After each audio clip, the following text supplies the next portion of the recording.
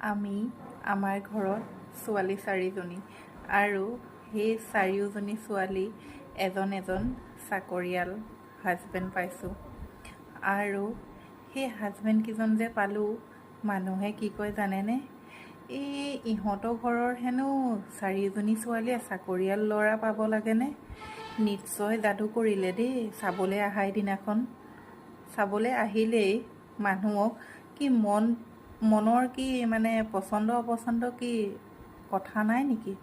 যাদু কৰিহে দিলে মানে আমাৰ ছোৱালী 4জনীক। আমাৰ পাপাও চাকৰি কৰিছিলে, আৰ্মি ৰিটায়াৰ হোৱা, এক্স আৰ্মি হয়। সেই অনুপাতে আমাৰ ছোৱালী 4জনী আমিও এজন ফৌজী ল'ৰাই পাইছোঁ। আৰু সেই ফৌজী ল'ৰাকেইজন যে পালোঁ, মানুহে কয় ইহঁতি যাদু কৰি দিছে। মানুহৰ ভাৱনা চাওকচোন। আমাৰ ডাঙৰ বাইদেউ 2007 চনতেই বিয়া হৈছিল। আমি তেনেই সৰু, একো কথাই বুজি পোৱা নাছিলোঁ।